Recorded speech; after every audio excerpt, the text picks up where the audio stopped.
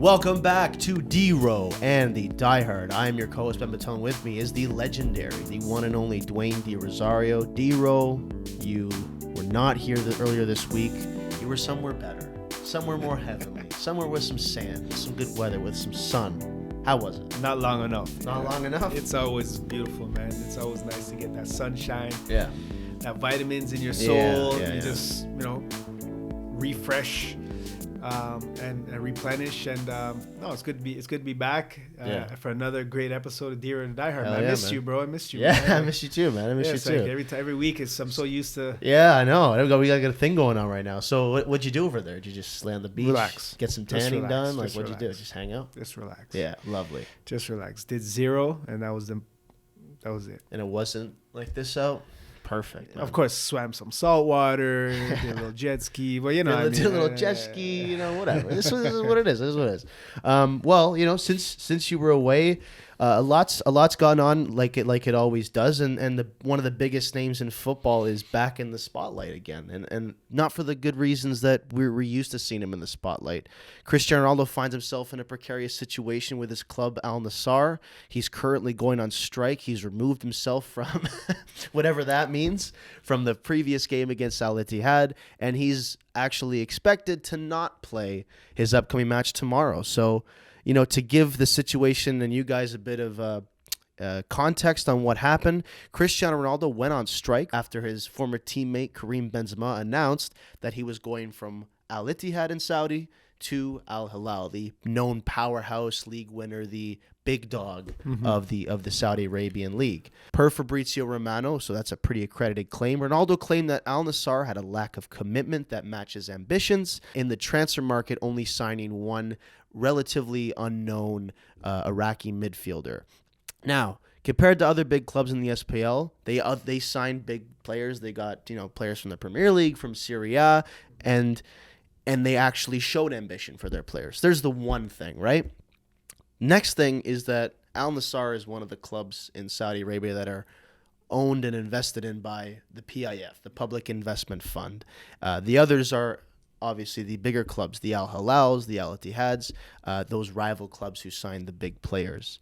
So basically what happened is that he's alleging that the PIF, the investment fund, focusing on one team and not his. And we talked before the show what the comparison was. And it would be like if Barcelona decided to offer a new contract to Lamine Yamal, which was $0 per annum, and just give him his image rights. And then he said, "Oh, I don't want that. I want to leave."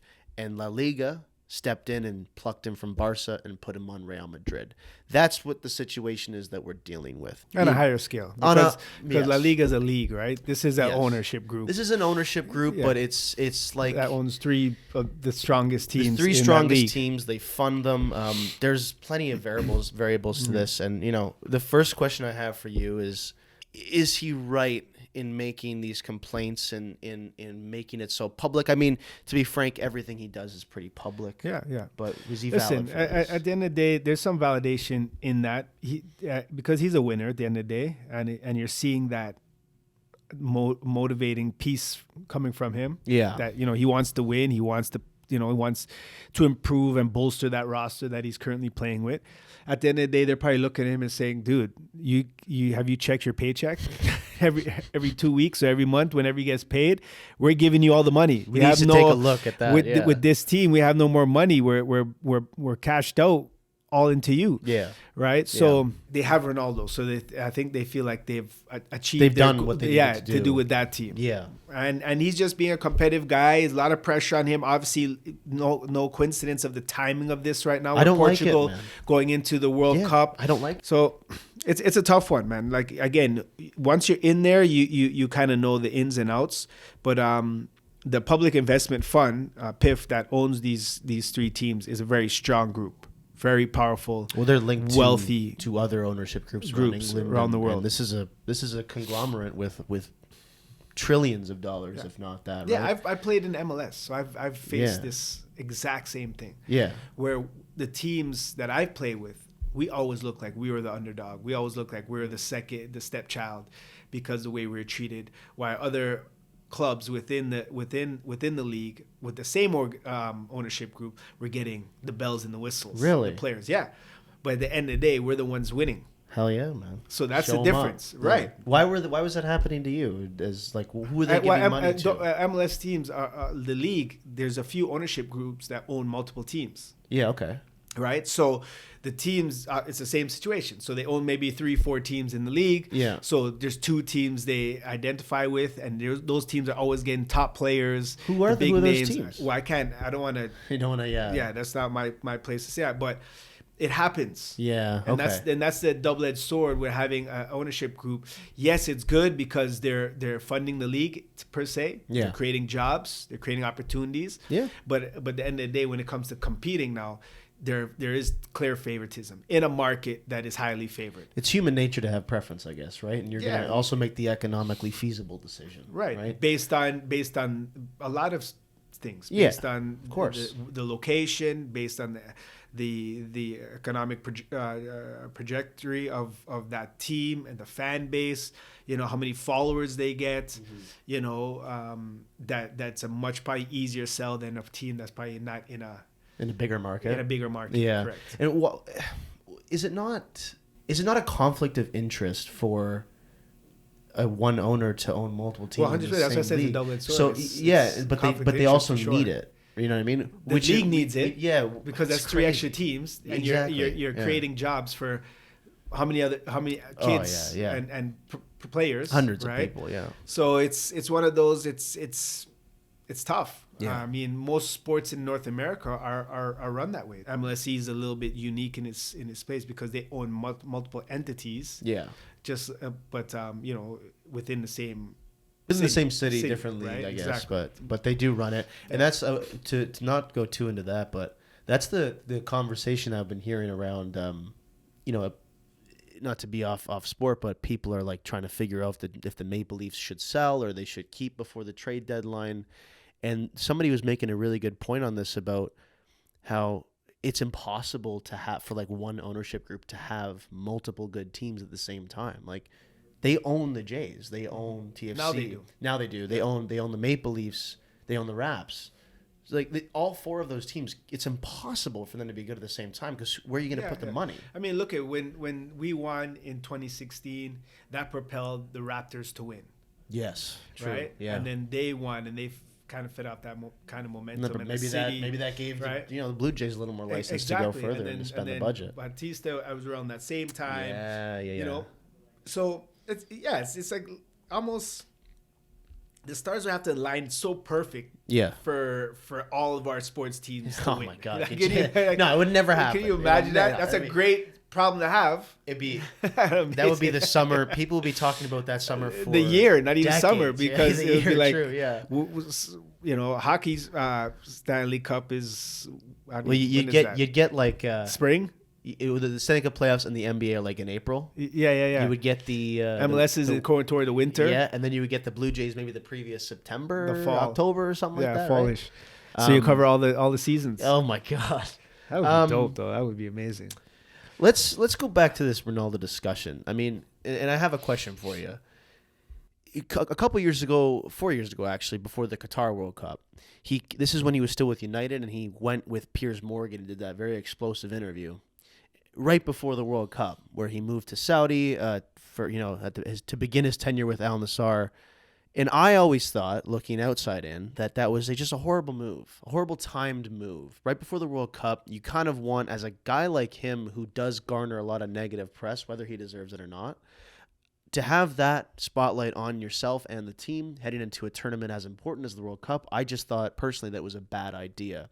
From the player's perspective, does that kind of stuff even matter? Like, if let's say Ronaldo is in the news, but let's say this carries over until June, are this Portuguese teammates gonna be like, man, keep us out of the spotlight? We're trying to win a trophy here. We're trying to stay focused.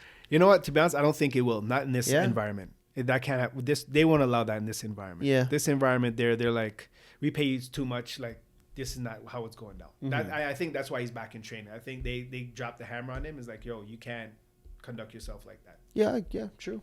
And what about, like, if you're a part of the Portuguese national team and you're heading into the World Cup, you're like, man, another scandal, another big piece of news. Are you worried that attention is going to follow you to Canada, US, and Mexico? No, because I don't think this league, respectfully, and I say this very respectfully, is big enough totally to create that kind of impact within Portugal and the positive things that Portugal is currently on and Agreed. The form they're on. So I don't think it'll impact him. I think at the end of the day, people are going to look at Ronaldo. He's such a big icon and figure in the game today that always overrides any maybe negative or positions that he takes. True. Because when Ronaldo's here, they're not going to be like, oh, there's some media that's always going to try to bring up that they're looking thing. But when you're here in the World Cup, they control those narratives. Right? Yeah, so true. It's going to be all Ronaldo, Portugal, fans going crazy, and they're not even thinking about this stuff. No, totally. Unless they lose. And he has a depends part on to how do they with lose. It. Right. If they lose, because how they lose. Media's going to go look and say, okay, well, is he focused and this and that. I don't know. I mean, yeah, it's tough to say. He's definitely going to be there. It's the big question is whether or not he's going to be in the starting role. And that leads into my next thing is,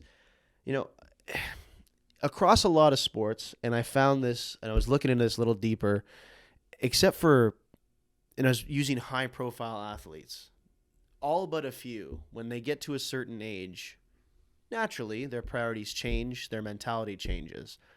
I have a question. Do you ever played with a guy long enough that he gets upwards into his mid to late 30s and his priorities change, but also his capacity for BS changes, his capacity for these sort of situations, your tolerance is lower.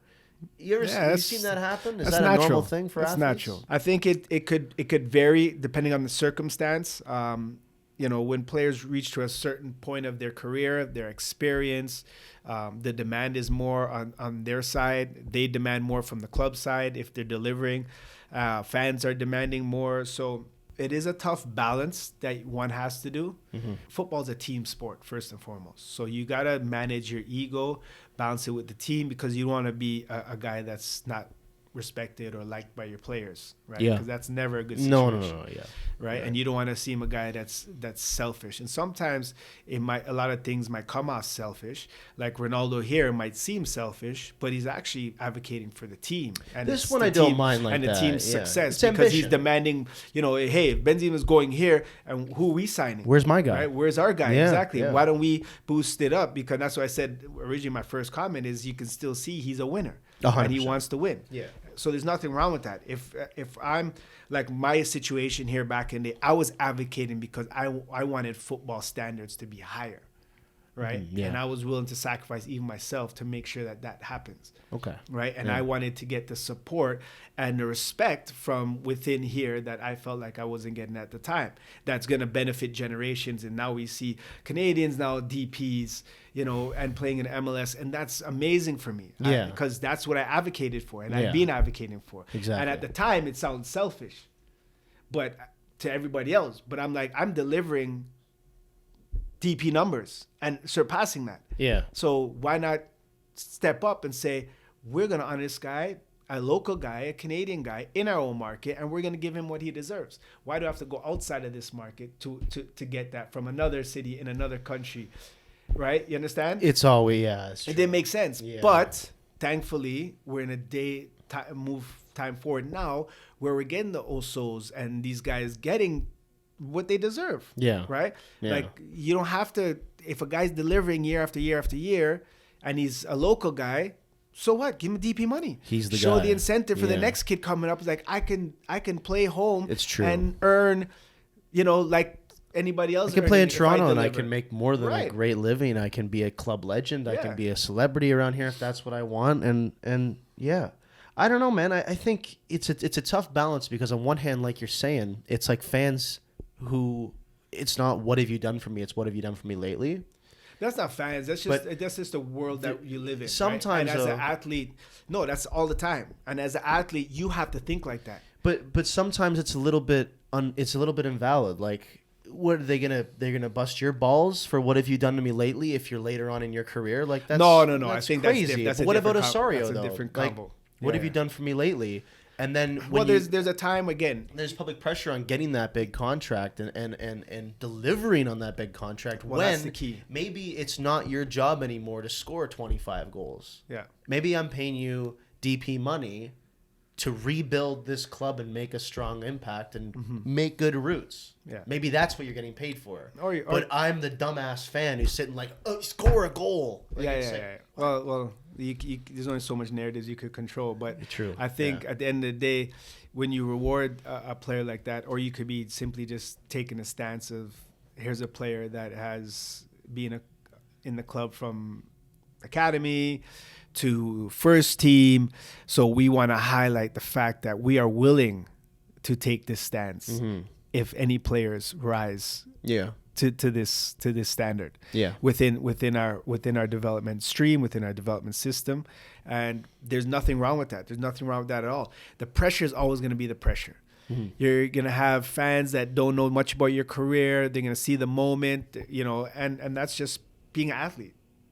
Fans are going to always have something to say, but you can't always read in. You can't read into that. You just got to be confident that what you're doing, first and foremost, is the bottom line is, are you working honestly and pushing yourself every day to be the best player, or are you delivering on the deliverables as a player? Right? Is the team being successful? Now, if the team's not being successful, then everybody's going to look at everything to nitpick at what could change. Winning changes everything. Solves winning everything. Changes everything. Yeah. I want to discuss with you the different types of people who consume football, who watch football, ball knowers versus ball posers. And I want to talk about the difference between somebody who is a casual fan versus somebody like you watching the game of football. And I want to, talk to me about how you watch the game, what you look for, what makes a good player to you, to a former professional, to a pro. What do you look for when you turn on a game to talk about today, or to talk about or to think about? I look at the game try to look at the game as purest form. Okay. In the sense of, body language, players playing with freedom, which you don't see a lot of. No. Right? It's very structured. But you still have players doing amazing things and playing with expressing and enjoying the game. And, of course, there's the competitive side, there's the control side, the control of the game, control of the environment. There's the flow of football that I love to see. I love to see a nice flow of the game and team playing with rhythm. And those are the key components I look for. How are the teams adjusting during the game, and I try to watch it from a different lens now because I watch it more from a managerial standpoint. What's the manager thinking, and it's late in the game, and are they going to make subs, and who are they subbing, and what strategies are they adjusting to, or what strategies are they creating to offset the attack or the defense, and so I look at those intricacies of the game. From where I stand, I don't look at it from a player standpoint so much. You look at it from a team, from a managerial standpoint. Okay, what's the coach thinking? What adjustments is he making? How is he conducting himself on the sideline? What changes is he making? You might see a left player have during the game. You might switch to the right side and those type of things. Okay, so since you're more of the managerial guy now, right? This is one off-topic question from this one. I want to know what was your preferred formation? What kind of style do you like to play? And what kind of players do you like to use within that system? Who strikes your eye? Who can you have confidence in likes to score a goal and to control the flow of the play and to stop a goal from happening? Tell me about that. My preferred system of play? Yeah. I would say a 3-4-3. 3-4-3, 3 at the back kind of guy. Yeah, okay, I'm attacking minded. Yeah, okay. Yeah. Right. I think the best defense is the best attack. I think it's the opposite. You think it's the opposite away? For me, is if you constantly put pressure on the team attacking, you have to be sound defensively for sure. But if you outscore a team, you're always going to win. That's true. If you're always creating chances, that means that team is doing a lot of defending. It's just capitalizing on whether or not you capitalize on your chances, right? You get a higher percentage if you're playing the ball majority of the game in the other team's half. Right? Don't get me wrong. There's counterattack involved. A lot of teams play the counterattack style. A lot of teams play a low block and all these things. But for me, I like to put teams under pressure, keep them in their half, let them earn the right to play out their half, and create as much goal scoring opportunities. Force mistakes type of thing? Yeah, 100%. Force mistakes, let them lump the ball, we control the ball, and we dictate the tempo of the game, right? So I find in that situation is kind of how I visualize the game, how I see the game from a managerial standpoint, and see like, okay, or then there's some teams, okay, we attack, we let you have the ball, and we drop. Okay. Allow you attack. And then we attack, right? But my style is exactly what I said. I like to be constantly trying to win the ball back. Progressive on the front foot. Always on the front foot, defending on the front foot to win the ball back. Yeah. Back to our previous question. This is going to be pretty funny. Let's say you run into a guy at a pub and he's trying to talk soccer with you. What's the first thing, what's the one thing he says and you're just like, this guy doesn't know anything about football? First of all, I try to avoid football talks at a pub. Yeah. It could be anywhere. Yeah. The guy at wherever you're at. What is the first thing he says and you're like, this guy is an idiot? I just listen. I listen and I just listen, right? And But you know what? It's funny because in saying that, you can learn a lot from so many people. Okay. Yeah. Right? 'Cause I'm still a student. So I'm not, because I played 20 years and because whatever the case is, I don't know everything about football. Yeah, but you're like, and I'll never know everything about you're like football. A master's degree student. 100%. You're talking to a high school kid that understands you could learn from a 4-year-old.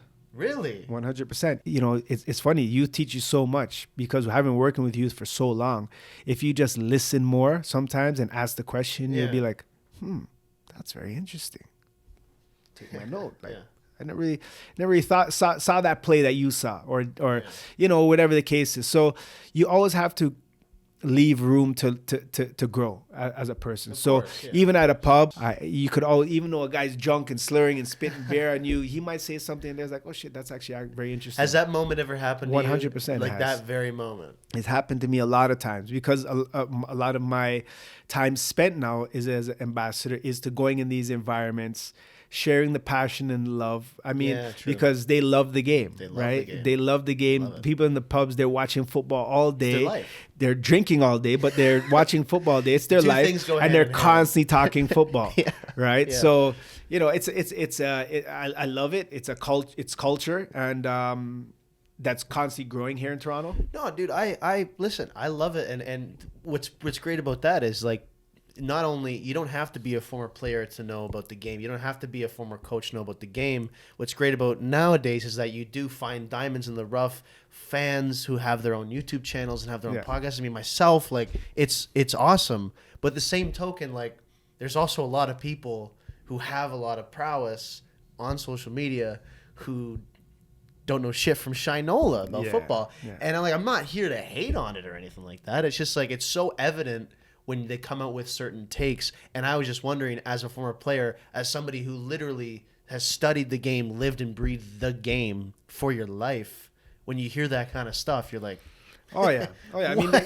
even commentators, some commentators, I just have to put on mute when I know certain commentators are commentating, because they just say the obvious. They don't challenge the game. They don't. Yeah. Everybody wants to stay safe. It's like I was just gonna say a safe take. Everybody wants to stay safe. A lot of people ask me, "DeRo, why don't you get in commentating?" I'll probably be fired after the first game. Actually, why don't you get into commentating though? For real, why I wouldn't mind it, but there's conversations that need to be challenged. Some people say some stuff that I just can't keep this. I can't.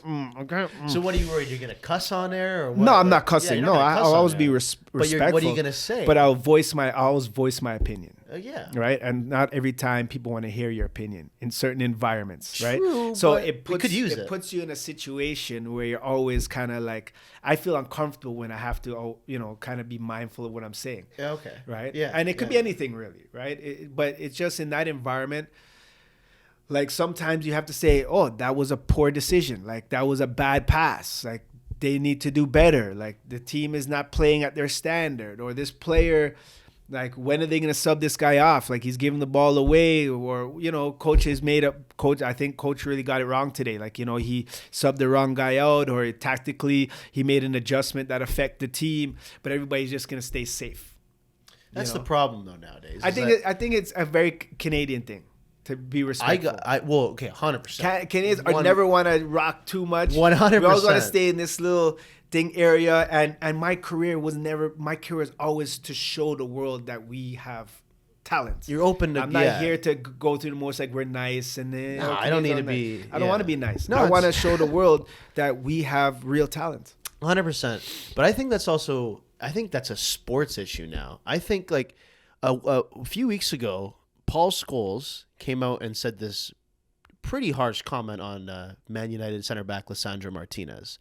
He said, and he's a short guy. He's about 5'6" or something, 5'7", and he was going up against Erling Haaland. Now, Man U went on to win the game, but the comment was something like, "Man, Haaland's just gonna throw him into the net with the ball. Like he's just gonna manhandle him. He's gonna throw him all over the pitch," which is not respectful. Whatever. He's obviously joking. He's poking fun. He's taking the piss, but it's also a human element of have a little bit of awareness. Haaland is a 6'4", 190-pound monster going up against a 5'7", 140-pound strong guy, but not nearly as big. And after the game, after the Man U's win, Lisandro came out and says, "Why doesn't Paul Scholes say that to my face?" Like he was upset about it. He was provoking him back. Did he play one of the best games of his career? Not a best game. He played a good game. Okay. But my point being is that people then reacted to that as like, wow, Paul Scholes was incredibly disrespectful. He was horrible to him. It's bullying. It's provocative action. It's just all this stuff that it's not. And Paul Scholes said, well, no, back in my day, we faced way worse criticisms. You get called out. And we never responded to it. Yeah. We just took the advice and we played the game and won the game. When I played in Germany, they gave you gradings. And sometimes you don't want to see the paper because you don't want to see that 3 or 4 on there and their little rating. Oh my goodness, bro! You don't want to see that. What was your lowest rating? You didn't see 4, 3 or no 4. What did you do? Oh, actually, no, I got 3. Oh man, I got 3. It was a situation. The player played me the ball. It was a different time, right? German way of doing things. Yeah, kicked the ball at me like from like 5 yards away, purposely trying to stitch me, right? Okay. Which is make me lose the ball. Yeah, I know. Right, or gave me a tough pass to lose the ball. Yeah. So I lost it, and I ran down the field. I cussed him, and then I ran down the field, tackled, came back, and basically gave him the same pass, but a lot harder. Yeah. Back to the guy. Yeah. Which again, not smart. But I was young. Yeah. Right. And then twos later, I got subbed off the field. Oh my god! Yeah. What a disaster. Yeah, on TV. So did you have to go into film the next day? And the coach is like, "DeRo, what the hell are you doing, man?" No, because the coach already didn't want me there. Okay. Right. Yeah. So we had a new it was coach. like a political sort of thing. Yeah, we had a new coach. It was like, it was completely political. But it taught me lessons how to manage my emotions, know the environment, know the situation you're in, and try to be a little bit more tact about how you express your emotions. Yeah. In a way that's always professional and classy, because there's no winning in that situation, no matter what you say. You could cry wolf, whatever the case is, but you're not gonna. So you learn and you grow from it. Yeah, but to that point in that discussion, I just do think there's a lot of emotion missing in sports now, especially football. And I look at what an opportunity there was for, top of my head, remember when where Man City and Liverpool were the king of the castle in the Premier League the past few years, Klopp versus Pep. The rivalry opportunity for what they had was so vast, and it ended up being just two good teams displaying a really good brand of football. But 20 years ago, would that have been the managers don't like each other, the players hate each other, and the game will show that? Do you think that would have been changed? Because I can recall as recently as 15 years ago when it was Pep Mourinho, Ronaldo, Messi, Barcelona, Real Madrid. And that was like it was so heated that it actually affected the way that the Spanish national team played. Yeah. So are we losing that? And do you think it ever has an opportunity to come back into the game? Well, I mean, it's interesting you said that because I think those rivalries are going to be forever. You know, when you talk about Real Madrid, no, not those, but I mean those like the rivalries ferocity are written of it. in stone. The ferocity of it, because we are losing the ferocity of it. That's just evident. Maybe that's just the way the introduction of VAR and everything. Everybody has to. Let's look at it this way. You're talking about era of football where the guys that played for Real Madrid are around Real Madrid and they're growing up through their academy, and there's a deep love and passion for the badge is there. The way that football is business is happening, where guys are trading in, trading out, it's the passion for the badge is almost like secondary. You understand? It's more you're playing for your contract. I agree. But you're not playing for the badge. I agree. Right? And in our generation, we played for the badge. You know, it was our team, and you took pride in it. And you knew when you played your rival team, it was war, right? So, and those players played on the team for, okay, you have one or two players come in, but you had a consistent foundation that was like 4 or 5 years. Nowadays, it's like every year or every 2 years, there's a turnover. Yeah. There's like not even new guys. Yeah, it's like 4 or 5 new guys, 6 new guys, right? Yeah. And you can't build it's hard to build that passion when you're constantly having an evolving door in and out. Like Real Madrid. That's a really good point, yeah. I think Real Madrid is struggling a lot because they don't have the consistency that they had when they had like the Ramoses and they had these players, Zidanes, that played there from like, they're going on like 6 years. 7 years, and they're ingrained in the culture of the club. They're ingrained, embodied. They evoke the passion of Real Madrid. So any new players coming in, it's like, this is it, you know. Roberto Carlos, all these guys, that's you know, so many players that to mention that have played and was a part of the youth system that grew into the. But I think that goes part and parcel with how much money is in the game now, because Man United, Keane, and all these players, they were ingrained in that development system. But I think it's a two-pronged thing. I think one of them is there's so much money that you're almost inclined to spend it, and two, it's are we scouting?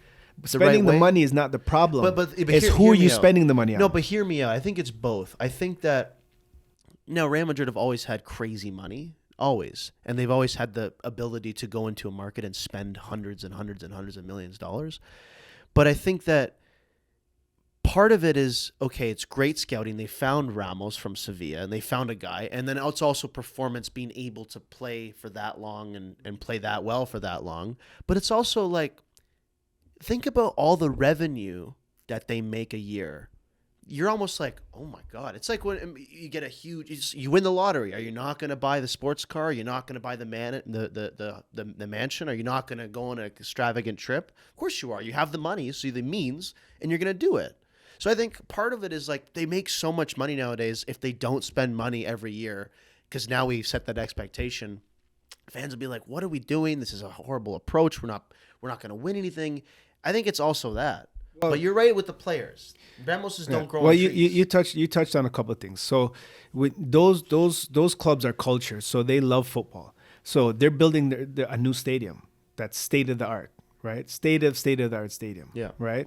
They're in it. Real Madrid. Yeah. They renovated it. Right. It's like crazy, right? Crazy. So the money's getting spent there. The treatment the players get. Oh, God, right. Yeah, it's nuts. Right. So it's not like they're taking the money.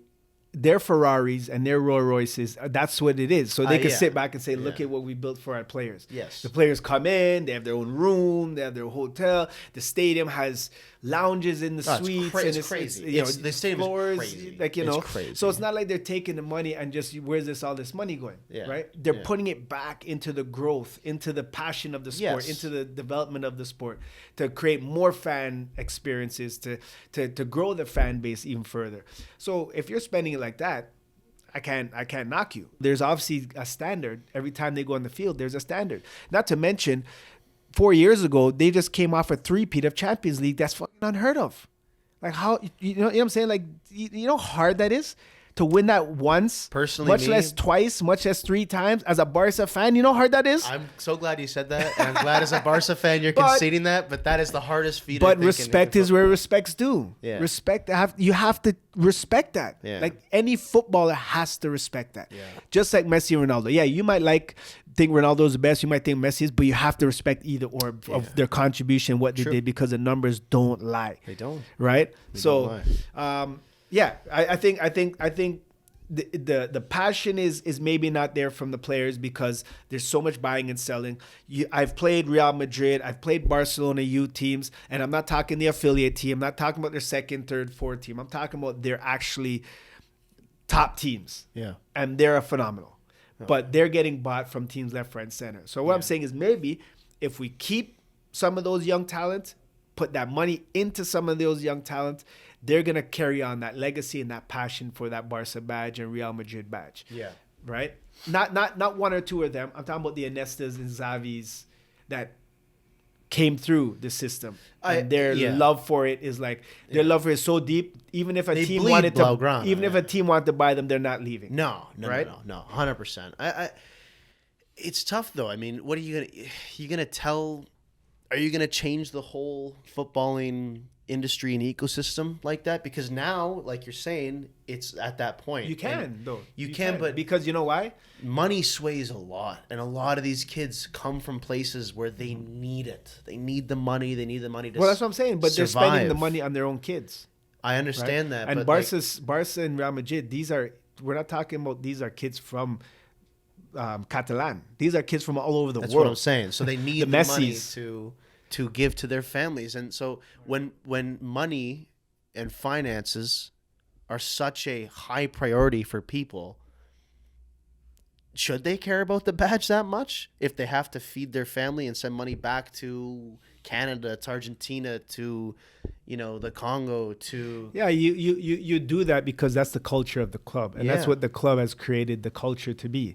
So the club is really responsible to create the culture. So whoever's the sporting director, you create that culture, you create that awareness, and you make sure everybody understands, okay, this is our identity, this is our standards within here, and if you don't fit within those standards, whether you're blue, purple, orange, green, whatever it is, you're gone. Yeah, right? True. Because you don't fit the standard of this and the culture of this club. Yeah. And that's what a lot of clubs still adhere to.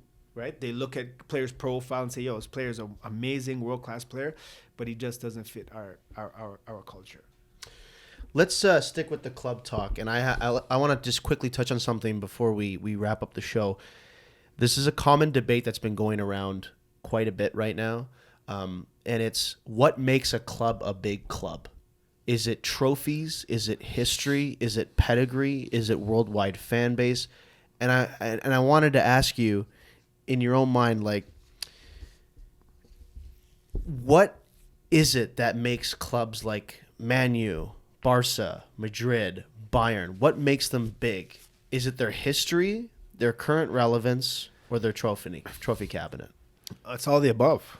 But what is there one their that culture, stands out their more? culture for sure. Is there one that stands out more? The culture is everything.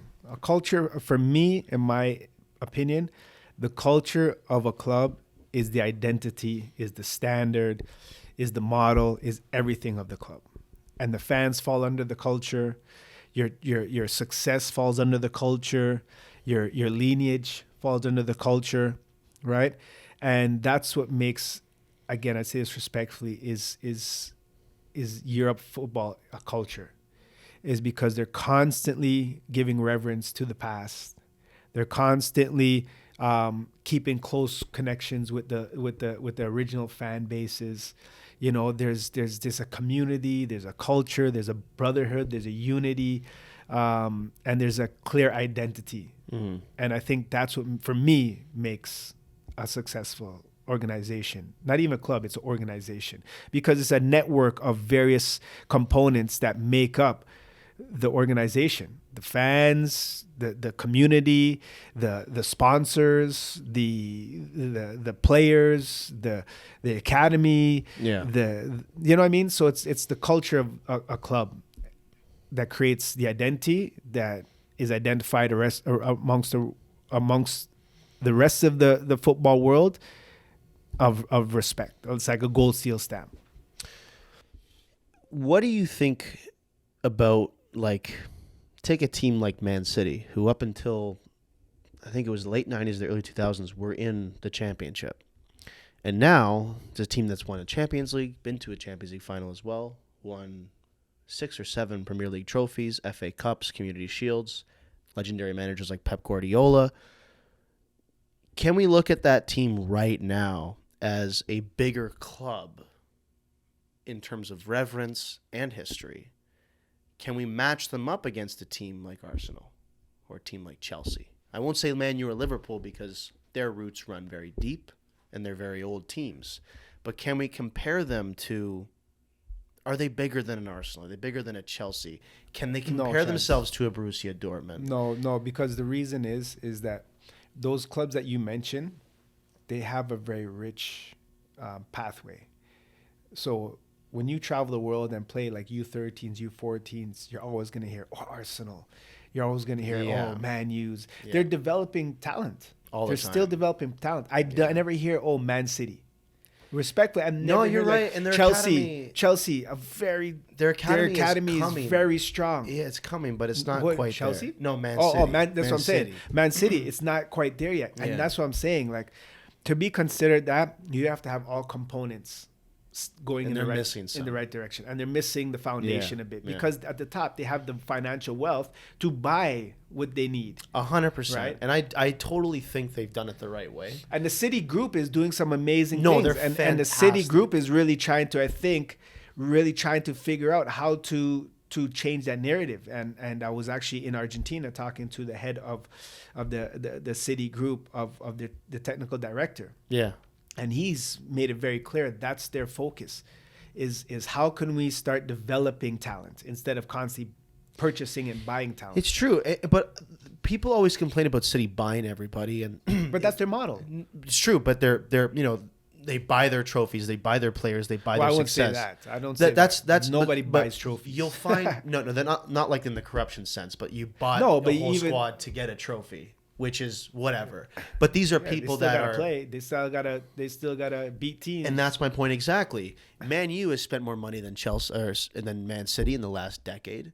Chelsea have spent near that. Arsenal have spent near that. Liverpool have now spent near that, and so, and the differences are 100 million, which are big, but that's a player nowadays. So the differences aren't that huge, and you're gonna shit on a team for using their money wisely. Like, I'm sorry you didn't go out and buy Pep Guardiola. I'm sorry you didn't go out and buy Kevin De Bruyne. But again, that's Erling Haaland. But we're going back to the culture of the club. 100%. Right? What is the identity of that club? Also, like you can buy. I think a lot of English fans, when this is a topic of discussion, they get mad because City have done the transfer market for the majority of the way very successfully. They've only ever hit on people. I mean, you think about a recent history, right? Their last huge big transfer that made an impact was Erling Haaland. Still in the team, still leading the Prem in goals, won them the treble. Previous to that was Kevin De Bruyne.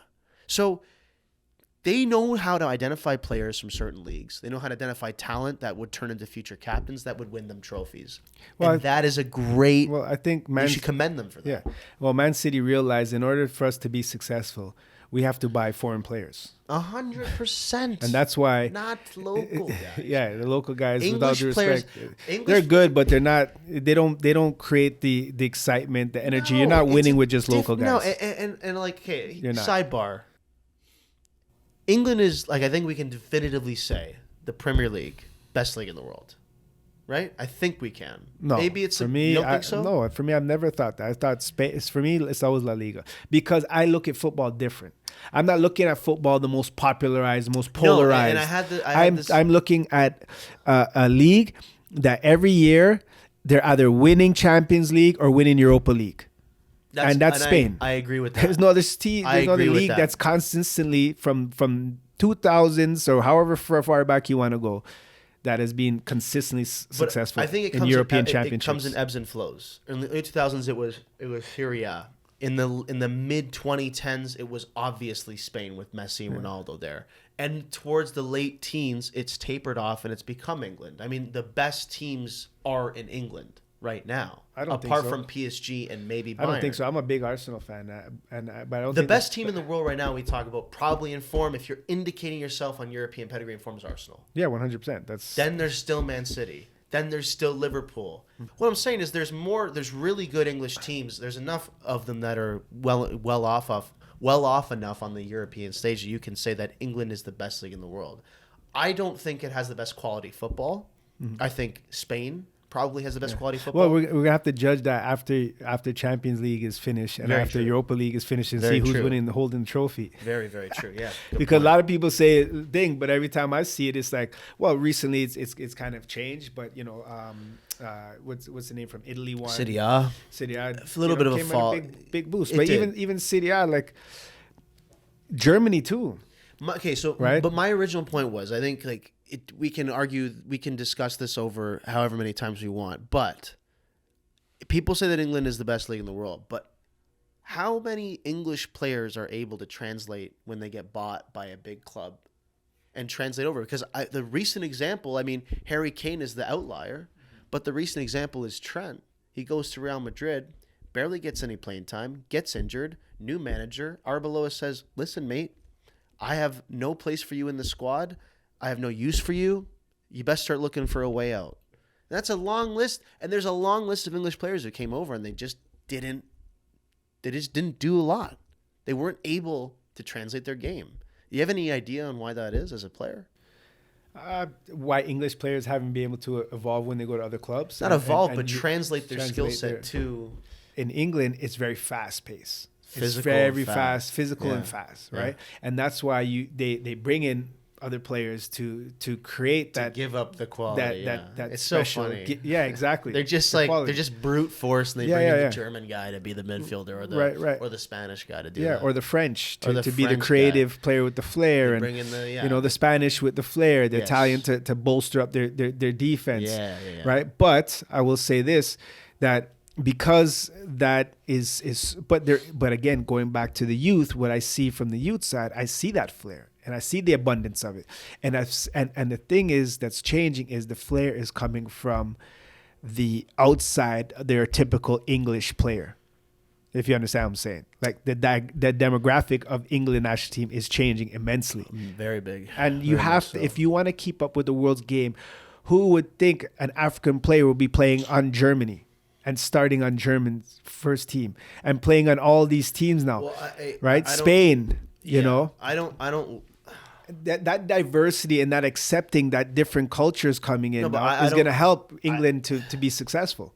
Yeah, but like they're immigrants, but as far as I'm concerned, they're English. 100%. But what I'm saying is back in recently, not even back in days, very recently, that's really started to open up, and they're 100%. Like, okay, we have to change this narrative a bit. We have to be able to adapt and give other opportunities to players that are better than what we have traditionally. Canada, look at our team.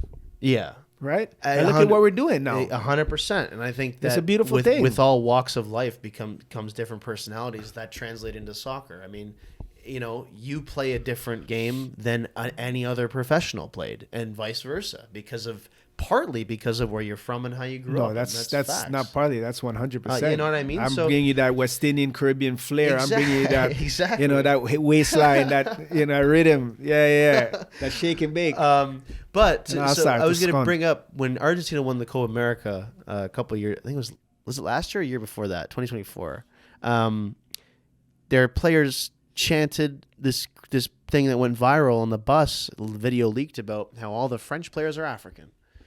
And I think that there's a long history of French players having African roots, but they're French. These guys are French. And what you're seeing is because it's not the traditional makeup of teams, some people, idiots, are having a hard time looking at an England team who's made up of 6 or 7 guys who have African roots and being like, they're English. Yeah, well, they are, mate. That's what it is. Yeah. They know what they say. The stone that the builder refused becomes a head cornerstone, right? Yeah. So it's not their fault that your country back in the days went to Africa and colonized by brute force. So now creates a pathway for these Africans to come to your country and take the opportunities that was provided by them through your wickedness from back in the day. Exactly, and this is it's a beautiful story. This is the world, man. Like, what am I gonna go up to Moise Bombito and be like, "You're not Canadian"? Right. What? Yeah. Silly. Well, thank you very much for listening to DeRo and the Diehard podcast. We'll be back next Friday with the best soccer show north of the border. DeRo. Stay tuned, stay locked in, and trust me, for all these young listeners out there, you are worth it. You are great. Keep working hard, going after your dreams, and stay tuned to the next of DeRo and the Diehard.